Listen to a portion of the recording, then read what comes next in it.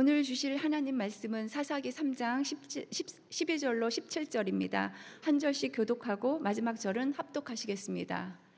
이스라엘 자손이 또 여호와의 목전에 악을 행하니라.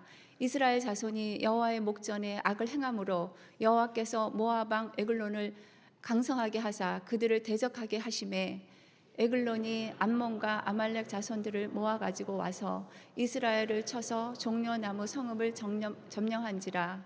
이에 이스라엘 자손이 모압 왕 에글론을 18해 동안 섬기니라. 이스라엘 자손이 여호와께 부르짖음에 여호와께서 그들을 위하여 한 구원자를 세우셨으니 그는 곧 베냐민 사람 게라의 아들 왼손잡이 에웃이라.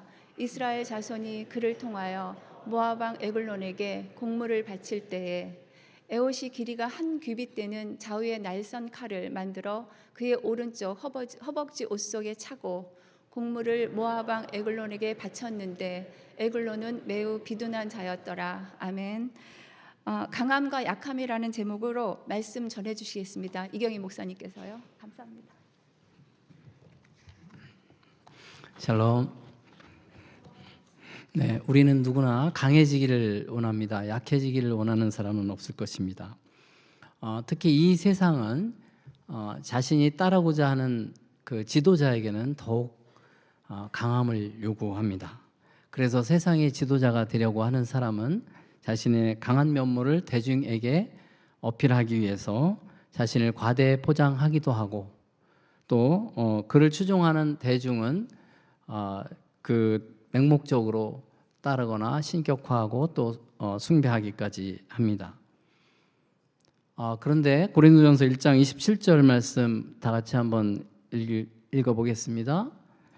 그러나 하나님께서 세상에 미련한 것들을 택하사 지혜 있는 자들을 부끄럽게 하려 하시고 세상에 약한 것들을 택하사 강한 것들을 부끄럽게 하려 하시며.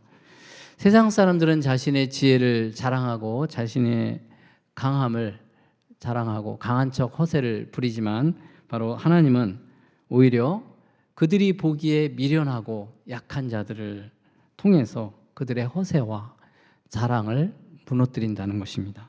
이것이 바로 기독교의 역설적인 진리 아니겠습니까? 하나님께서 세상이 보기에는 약점이 많은 에웃을 두 번째 사사로 부르십니다. 그런데 첫 번째 사사 온니엘을 부르기 전에 이스라엘 자손이 여호와를 망각하고 우상을 숭배했던 것처럼 에웃이 등장하기 전에 역시나 이스라엘 자손은 여호와의 목전에 악을 행합니다. 12절 상반절 같이 읽겠습니다. 이스라엘 자손이 또 여호와의 목전에 악을 행하니라.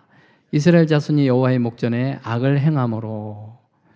여호수아가 죽은 지 얼마 안 되어서 이스라엘 자손이 여호와를 잊어버리고 우상 숭배했던 것처럼 40년 동안 피스메이커 역할을 했던 온니엘이 죽자마자 또 이스라엘 자손은 마치 기다렸다는 듯이 여호와의 목전에 악을 행합니다. 구약의 여호와의 목전에라고 하는 이 표현은요, 제사나 예배 드릴 때 하나님의 임재를 강조하면서 사용하기도 하지만 인간의 죄성을 적나라하게 드러낼 때 주로 사용하는 어법입니다. 하나님 보시는데도 죄를 짓는 이스라엘 백성의 모습을 고발하고 있는 것입니다. 특히 사사기에는 여호와의 목전에 악을 행했다고 하는 이 표현이 무려 7번이나 반복해서 등장합니다. 오늘 본문을 포함해서요. 여호와의 목전에 악을 행한 이스라엘 자손은 결국 하나님의 징계를 받습니다. 12절 하반절 이하 14절까지 같이 읽겠습니다. 이스라엘 자손이 여호와의 목전에 악을 행함으로 여호와께서 모압 왕 에글론을 강성하게 하사 그들을 대적하게 하심에 에글론이 암몬과 아말렉 자손들을 모아 가지고 와서 이스라엘을 쳐서 종려나무 성읍을 점령한지라. 이에 이스라엘 자손이 모압 왕 에글론을 18해 동안 섬기니라. 하나님께서 여호와의 목전에 악을 행하는 이스라엘 자손을 징계하는 도구로 모압 왕 에글론을 사용하십니다. 그런데 모압이 어떤 족속입니까? 롯의 첫째 딸 큰딸 롯과 그 자신의 그 큰딸 사이에 근친상간으로 태어난 사람이 바로 모압입니다. 그리고 이 모압 족속은요, 그렇기 때문에 엄밀히 말하면 이스라엘 자손과 친척 관계에 있는 그런 관계임에도 불구하고 이스라엘을 저주했던 민족입니다. 이 모압 민족은 이스라엘 백성이 광야를 지날 때만 해도 세력이 약했기 때문에 이스라엘 민족을 두려워해서 이 모압 왕 발락이 이방인 주술사 발람을 불러가지고 그 주술의 힘으로 승리하려고 했었을 정도로 약했었던 그런 민족입니다. 그런데 하나님께서 이 약했던 모압 민족을 강성하게 해서 이스라엘을 징계하는 도구로 삼고 있는 것입니다. 더군다나 모압이 이스라엘을 침공하기 위해서 규합했던 그 암몬과 아말렉 족속은 어떤 족속입니까? 암몬은 모압의 동생입니다. 그래서 모압과 암몬이 단짝을 이루어서 이스라엘을 비방하고 조롱하고 했던 그런 민족입니다. 그리고 아말렉은 아시다시피 이스라엘이 광야를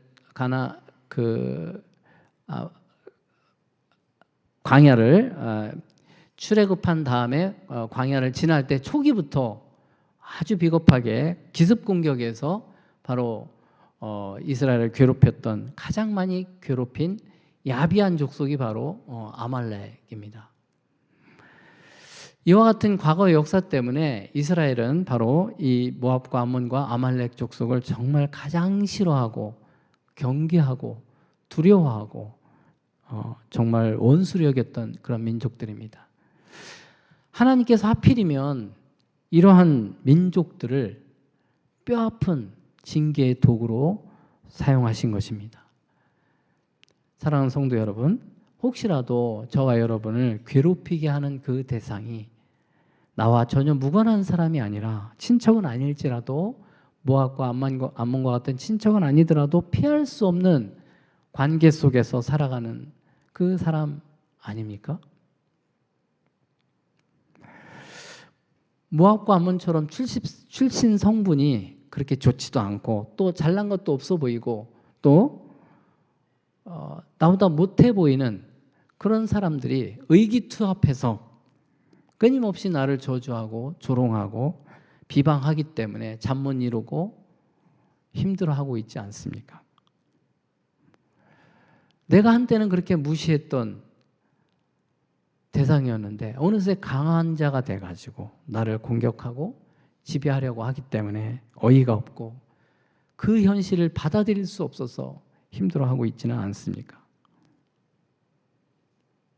아니면 아말렉처럼 정말 야비하게 처음부터 내가 잘못한 것도 없는데 야비하게 공격하는 사람 때문에 분노와 복수심으로 이를 갈고 있지는 않습니까?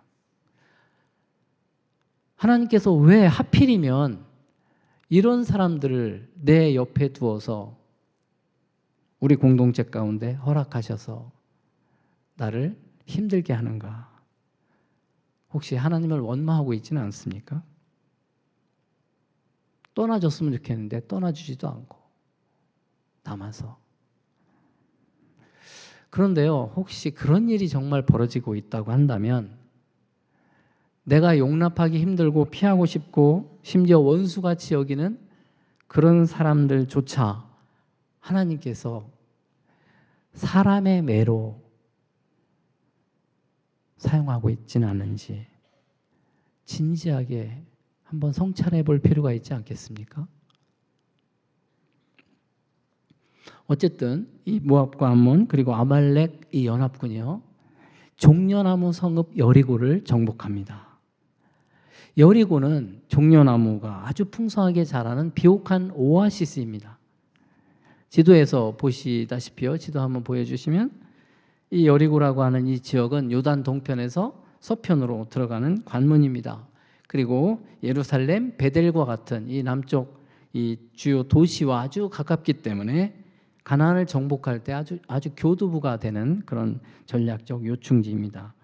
특히 이스라엘 백성들에게 있어서 이 여리고는 가나안을 처음 정복했을 때 하나님이 주신 방법으로, 하나님의 능력으로 하나님께서 승리하게 하신, 하나님께서 언약의 성취를 보여주셨던 그런 아주 상징적인 장소입니다.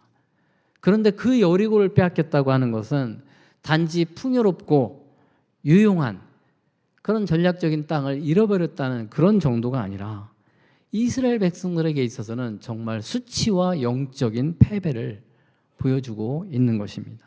속된 말로 정말 쪽팔리는 일을 경험한 것입니다. 이스라엘 백성들 체면이 아주 구겨진 일을 경험한 것입니다. 이스라엘 백성이 이와 같은 수모를 겪고 있는데요. 우리가 마찬가지 아니겠습니까? 우리가 하나님의 백성으로서 정체성과 사명을 상실할 때 맛 잃은 소금처럼 세상 사람들로부터 온갖 조롱과 수모와 무시를 당한다고 예수님께서 직접 경고하지 않았습니까? 마태복음 5장. 여리고를 함락당한 이스라엘 자손이요, 무려 18년 동안 버팁니다. 18년 동안 모압 왕을 섬깁니다. 악랄한 메소포타미아 왕 밑에서는 8년을 버틴 것도 독하다고 생각했는데요. 이스라엘 자손 이번에는 2배 이상 오래 버팁니다. 그렇다고 해서 이 모압 왕이 이스라엘 백성이 친족이라고 해서 유화 정책을 베풀었겠습니까? 절대로 그렇지 않습니다. 오늘 본문 17절 말씀 보시면 제가 읽겠습니다. 곡물을 모압 왕 에글론에게 바쳤는데 에글론은 매우 비둔한 자였더라. 에글론이 이스라엘 백성들에게 곡물을 바치겠다고 하는 것은 단순히 세금을 거두었다는 정도가 아닙니다. 곡물을 바치게 했다고 하는 것은 권력을 과시하고 내 지배하에 있다고 하는 권력을 과시하는 것이고 또 물질에 대한 탐욕을 드러내고 있는 것입니다. 에글론을 매우 비둔한 자라고 소개하고 있는데요. 이 에글론의 이름 뜻도 살찐 소입니다. 북쪽에 누구 연상되지 않습니까? 이 고대 비만의 이 비만은요, 오늘날은 비만하면은 현대인의 병이라고 하지만 그 당시에 이 비만은 부와 권력에 대한 탐욕을 상징했습니다. 그렇기 때문에 이 에글론 왕을 매우 비둔한 자라고 표현하는 것은 굉장히 의도적인 뜻이 있는 것입니다. 가난하고 억눌린 이스라엘 자손을 그들의 곡물을 통해서 이 비대해진 그 에글론의 이 뚱뚱하니 몸뚱아리는 권력과 탐욕을, 물질에 대한 권력에 대한 탐욕, 물질에 대한 탐욕을, 욕심을 상징적으로 보여주고 있는 것입니다.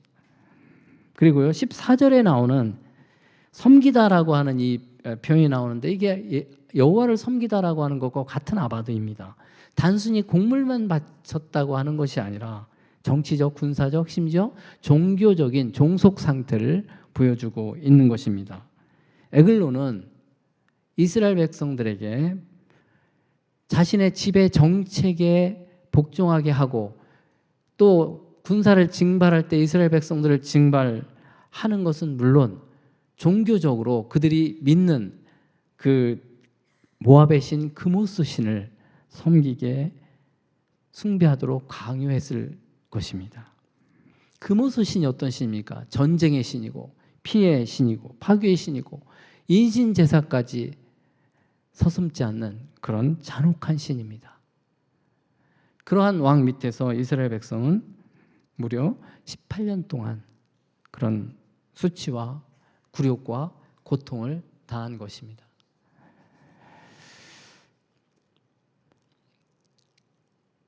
죄도 익숙해지면 내성이 생깁니다.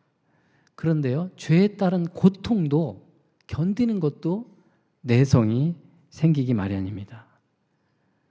약도 자꾸 먹으면 내성이 생긴다고 하지 않습니까? 약효가 떨어진다고 하지 않습니까? 죄도 반복하면 양심이 무뎌지고 죄에 대한 죄책감도 점점 사라지기 마련입니다. 그래서 여호와를 일부러라도 잊어버려야지 죄책감을 갖지 않기 때문에 의도적으로 잊어버린다고 말씀드리지 않았습니까? 20세기 최고의 기독교 작가로 불리우는 C.S. 루이스의 그 스크로테이프의 편지에 이런 아주 유명한 말이 있습니다. 사람을 망가뜨리는 건 큰 죄가 아니라 죄에 무뎌지는 것이다 라고 말했습니다. 죄의 내성이라고 하는 것은 나의 영혼을 서서히 죽이는 그런 무서운 병입니다.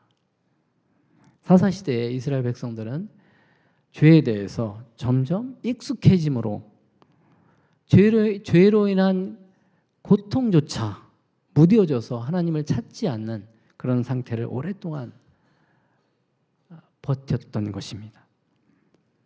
죄의 고통에 견디는 그런 내성과 우리가 하나님이 시련을 주셨을 때 견뎌야 하는 인내는 완전히 다른 것입니다.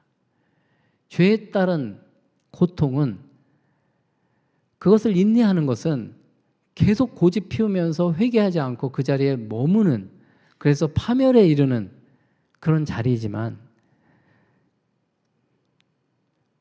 하나님이 우리에게 믿음을 연단하시기 위해서 주시는 시련은 우리를 성숙하게 하기 위해서 허락하신 거기 때문에 그것은 인내할수록 나를 성장시키는 것입니다. 죄로 인해서 견디는 것은, 죄를 견디는 것은, 죄로 인한 고통을 견디는 그 내성은 망해가는 것이고, 하나님이 주신 신앙의 시련은, 그 인내는 바로 우리를 성장하게 하는 것입니다. 이 둘을 구분하셔야 됩니다. 저와 여러분이 어떤 고통이나 시련 가운데 있다 그러면 그것이 과연 나의 죄로 인한 것인지, 아니면 하나님이 나를 연단하시기 위해서 주신, 허락하신 것인지, 아니면 죄악된 환경으로 말미암아 정말 외부적인 죄악의 환경에서 비롯된 것인지 분별한 분별력이 필요합니다. 죄로 인한 것이라면 견딜 것이 아니라 빨리 벗어나야 하는 것이지만, 믿음의 자리라면 끝까지 지켜야 되는 것입니다. 견뎌야 되는 것입니다. 이스라엘 백성은 뒤늦게나마 18년 만에 자신의 죄를 깨닫고 돌이켜 회개하면서 여호와께 부르짖습니다. 15절 상반절 같이 읽겠습니다. 이스라엘 자손이 여호와께 부르짖음에 여호와께서 그들을 위해 한 구원자를 세우셨으니 그는 곧 베냐민 사람 게라의 아들 왼손잡이 에웃이라. 하나님께서 이스라엘 백성의 부르짖는 이 기도에 응답하셔서 구원자 에웃을 세우십니다. 18년 동안 이스라엘 백성이 회개하지 않고 버틴 것도 참 지독하지만 18년 동안 하나님께서 회개하기를 기다리시면서 회개했을 때 사랑을 베푸시는 그 하나님의 사랑도 참 지독하시죠. 누가 더 지독한 겁니까? 하나님을 이길 수 있겠습니까? 하나님의 사랑을 이길 수 있겠습니까? 우리의 죄악과 우리의 고집이 하나님의 사랑을 이길 수 있겠습니까? 포기하지 않으시는 하나님의 사랑을 오히려 깨달을 수 있게 됩니다. 그런데요, 하나님께서 구원자로 세우신 이 에웃을 뭐라고 소개하고 있습니까? 베냐민 사람 게라의 아들 왼손잡이. 성경에서 이렇게 출신과 신체적인 특징을 얘기할 때는 분명 의도가 있는 것입니다. 베냐민은요, 오른손의 아들이라는 뜻입니다. 베냐민이라고 하는 그 이름 자체가. 그런데 오른손의 아들인 바로 왼손잡이 라고 소개하고 있지 않습니까? 좀 아이러니컬합니다. 오른손은 성경에서 바로 힘과 권력과 축복을 상징합니다. 그런데 왼손은 바로 비주류, 왼손잡이는 비주류, 약자, 장애인 취급을 받았습니다. 실제로 에웃은 오른손을 쓸 수 없는 장애인이라고 보는 학자도 있습니다. 어쨌든 이 에웃이 그런 약점을 갖고 있었는데, 가문도요, 게라의 자손이라고 하는데, 이 게라는 창세기 46장 21절에 보면 야곱의 이 아들들이 애굽에 내려갈 때 그 목록에 바로 게라가 나옵니다. 이 게라는 베냐민 지파 중에서도 아주 작은 가문에 속해 있다고 볼 수 있는데요. 바로 에웃이 이러한 이 작은 가문에 속한 그런 이스라엘 내에서 별로 영향력이 없는 사람이었다는 것입니다.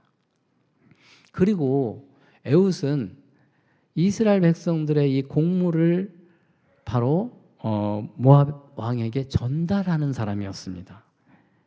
그렇기 때문에 모압의 앞잡이로 오해받고 거부감과 혐오감을 일으키는 존재였을 수도 있다는 거죠. 이스라엘 백성들에게 하나님께서 그러한 자를 부르신 겁니다. 저는 이 에웃이 과연 하나님이 부르셨을 때 과연 Yes, sir. 준비되어 있습니다 하고 순종했을까? 자세히 기록되어 있지 않지만은 저는 오히려 저 같은 자가, 저와 같이 약점이 많은 자가 어떻게 이스라엘을 구원할 수 있겠습니까? 라고 여러 가지 핑계를 대지 않았을까? 합리적으로 추론을 해봅니다. 하나님께서 그렇지만은 에웃을 부르셔서 성경에는 여호와의 영이 충만했다는 표현은 에웃에겐 나와 있지 않지만 반복되고 있지 않지만 저는 하나님의 영에 충만하게 하심으로써 지혜도 주시고 능력도 주셔서 이스라엘을 구원하는 일에 사용하셨다고 확신합니다. 하나님께서 이처럼 약점이 많은 에웃을 선택하셔서 당대 최고의 권력자인 에글론 이 왕을 제거하고 이스라엘을 구원하게 하셨습니다.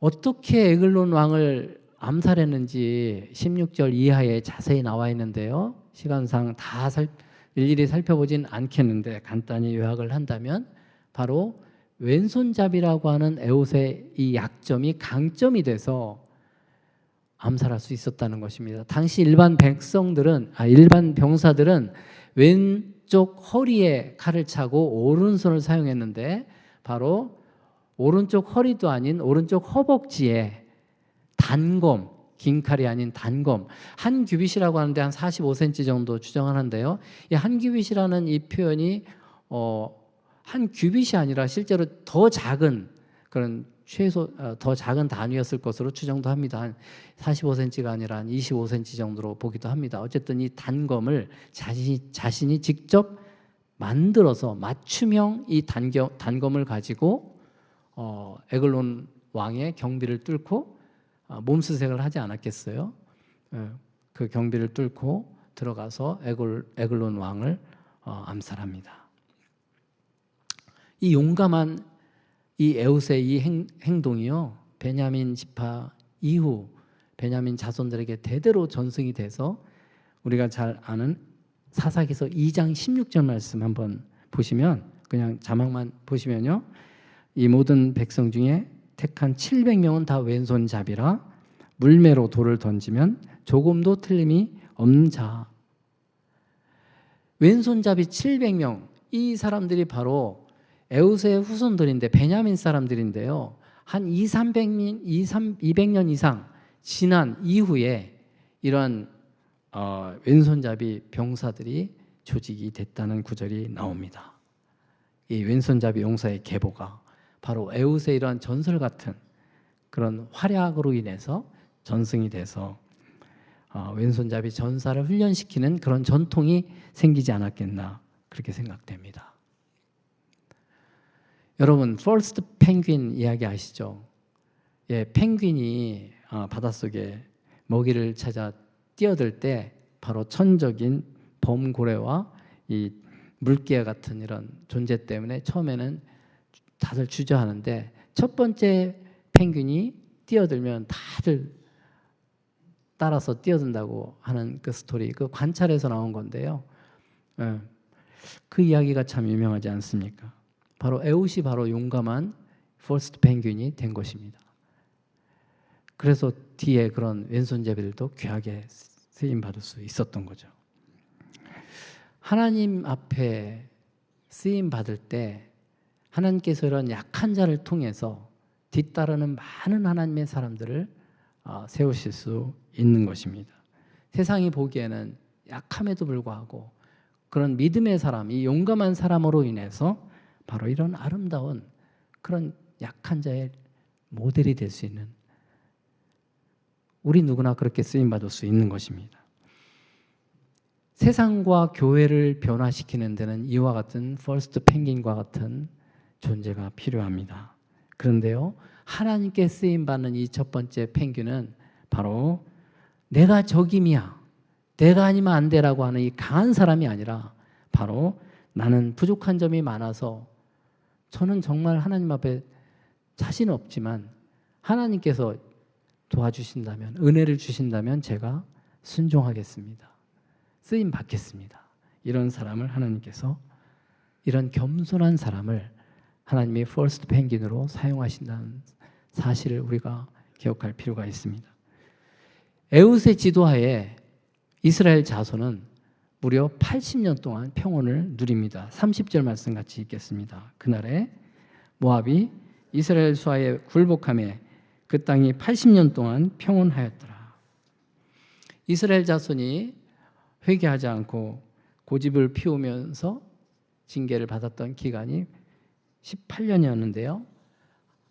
그들이 회개하고 하나님께로 돌아갔을 때 무려 80년 동안 그 땅에 평안이 임합니다. 하나님께서 허락해 주십니다. 하나님께서는 우리가 죄의 고통 가운데 오래 머물러 있기를 바라지 않습니다. 오히려 하루라도 빨리 죄에서 벗어나고 죄의 고통에서 벗어나서 하나님이 주시는 샬롬을 오랫동안 누리기를 바라십니다. 이것이 바로 하나님 아버지의 마음입니다. 오늘이 어버이 줄인데요. 일부에 보니까 어머니의 마음, 어머니를 특성을 하시더라고요. 어머니만이 아니라 아버지 포함해서 부모님의 마음을, 지난주가 어버이날이었지만 다시 한번 헤아리는 그런 시간이 됐으면 좋겠는데, 이 부모의 마음이 어떻습니까? 부모의 마음, 정상적인 부모, 요즘 하도 정상이 아닌 부모들도 많지만 정상적인 부모라면 자식이 정말 고통 가운데 오래 머무는 걸 원하겠습니까? 잘 되길 바라고 평안하길 바라죠. 그게 하나님 아버지의 마음입니다. 우리가 잘 아는 탕자의 비유에서 나오듯이 아버지가 이 둘째 아들 늘 기다리면서, 문에서 기다리면서 돌아왔을 때 책망하지 않고 질책하지 않고 안아주고 잔치를 벌이지 않습니까? 그게 바로 우리 하나님 아버지의 마음입니다. 우리가 죄 가운데 있을 때, 죄의 고통 가운데 있을 때 하나님 아버지의 마음을 헤아리면 언제든지 즉시 하나님 품으로 돌이킬 것입니다. 무서워하지 아니하고. 그 하나님 아버지의 성품을 표현하고 있는 말씀 중에 하나가 시편 145편 8절 9절 말씀인데요. 다 같이 한번 또 읽겠습니다. 여호와는 은혜로우시며 긍휼이 많으시며 노하기를 더디하시며 인자하심이 크시도다. 여호와께서는 모든 것을 선대하시며 그 지으신 모든 것에 긍휼을 베푸시는 도다. 저와 여러분이 하나님의 이러한 성품을 늘 잊지 않고 기억한다면 어떤 상황 가운데, 어떤 고통 가운데 있다 할지라도 하나님께로 돌이킬 수 있을 거라고 생각합니다. 그럼으로써 하나님이 주시는 샬롬을 누리시기를 축원합니다. 마지막으로 오늘 같이 읽지 않았던 3장 31절 말씀 같이 보시겠습니다. 같이 읽겠습니다. 에웃 후에는 아낫의 아들 삼갈이 있어 소음 오는 막대기로 블레셋 사람 600명을 죽였고 그도 이스라엘을 구원하였더라. 사사기에 총 12명의 사사가 등장하는데요. 대사사 6명, 소사사 6명 이렇게 나눕니다.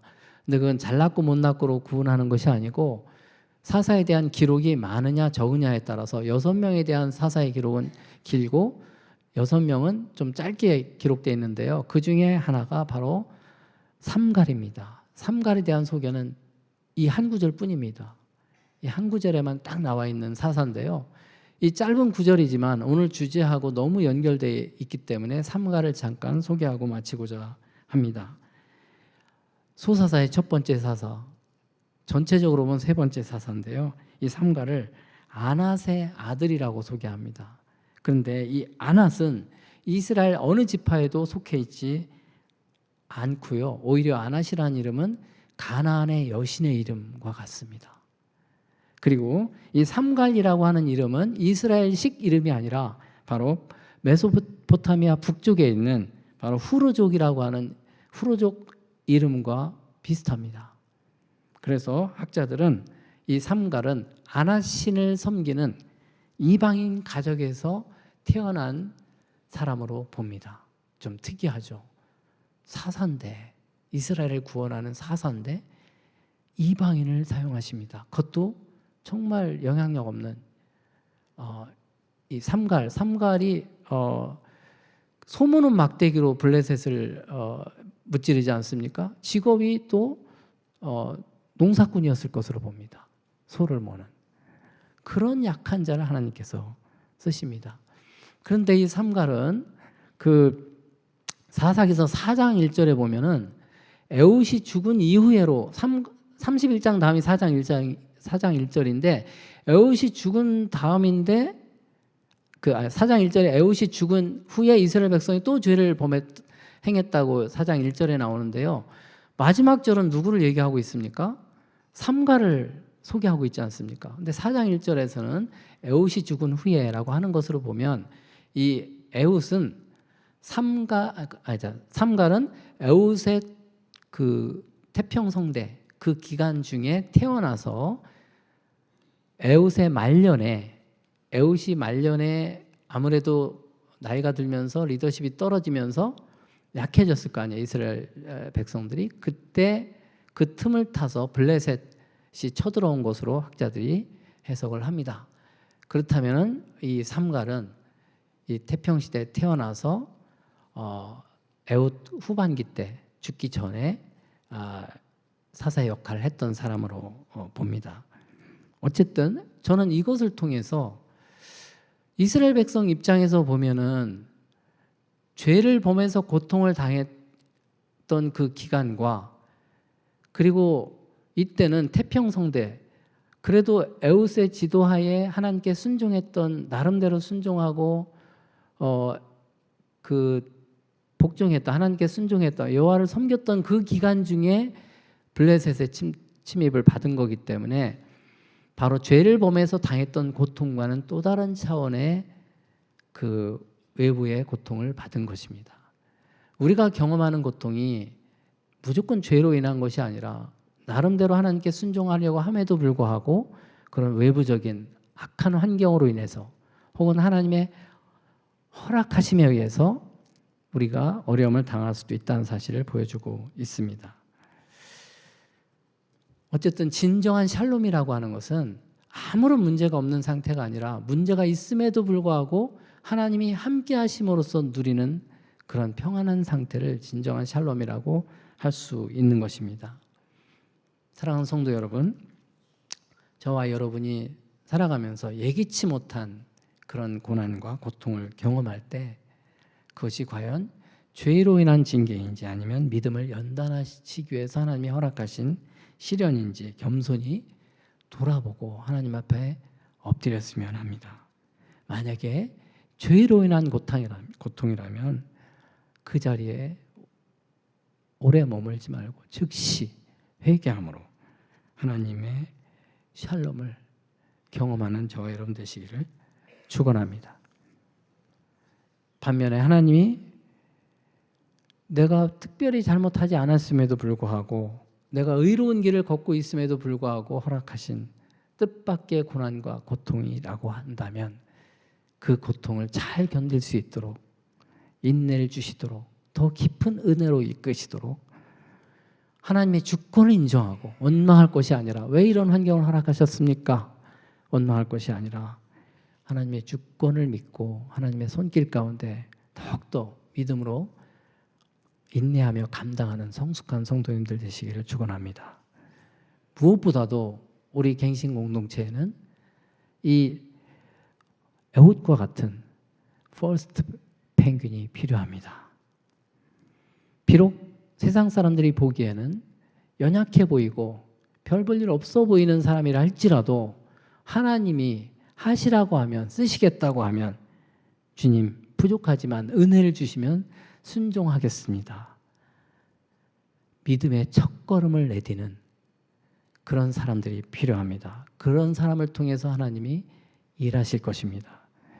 저 여러분이 각자 있는 자리에서 하나님께 순종함으로써 이런 퍼스트 펭귄이 돼서 뒤에 많은 믿음의 사람들이 생겨나는 그런 일들이 있기를 간절히 축원합니다. 기도하겠습니다.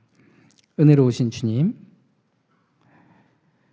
기회만 있으면 여호와의 목전에 악을 행하는 저희들을 내버려 두지 아니하시고 사랑의 매로 다스려 주심에 감사드립니다. 저희들이 경험하는 고통이 죄로 인한 것이라면 버틸 것이 아니라 즉시 회개함으로써 구원의 기쁨과 평안을 회복하게 하여 주시옵소서. 하지만 우리가 도저히 우리 자신이 도저히 납득할 수 없는 상황에 처해 있더라도 그 상황을 허락하신 우리 주님의 주권을 인정하고 마음과 뜻을 다하여 주님의 그 마음을 헤아리고 견딜 수 있는 믿음을 더하여 주시기를 원합니다. 무엇보다도 이 모든 과정을 통해서 우리 자신의 뿌리 깊은 죄성과 연약함을 더욱더 깊이 깨닫고 우리 약함을 통해서 일하시는 주님의 은혜와 능력을, 강함을 풍성하게 경험하게 하여 주시옵소서. 예수님의 이름으로 기도합나이다.